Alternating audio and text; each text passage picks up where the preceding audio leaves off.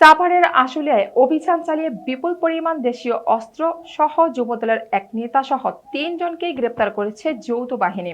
এদের মধ্যে একজন ঢাকা জেলা যুবদলের সাবেক যুগ্ম সম্পাদক জাহাঙ্গীর আলম মণ্ডল, অপর 2জন তার সহযোগী ক্যাডার স্বপন ও ফাইজুল।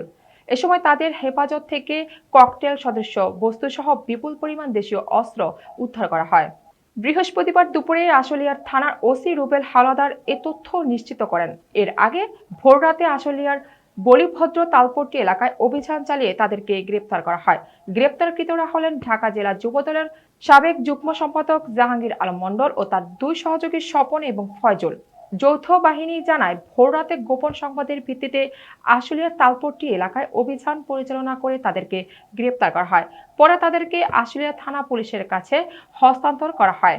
গ্রেপ্তার জাহাঙ্গীর আলম মণ্ডলের বিরুদ্ধে চাঁদাবাজি সহ অসংখ্য অপরাধমূলক কর্মকাণ্ডের অভিযোগ রয়েছে। আশুলিয়ার থানার ওসি মোহাম্মদ রুবেল হাওলাদার জানান, ভোররাতে জাহাঙ্গীর মণ্ডল সহ 3 জনকে আটক করে থানায় হস্তান্তর করেছে যৌথ বাহিনী। তাদের বিরুদ্ধে মামলা দায়ের রয়েছে। এ সময় বিপুল পরিমাণ দেশীয় অস্ত্র হস্তান্তর করেন যৌথ বাহিনী, যার মধ্যে ককটেল সদৃশ বস্তু রয়েছে বলেও জানান ওসি।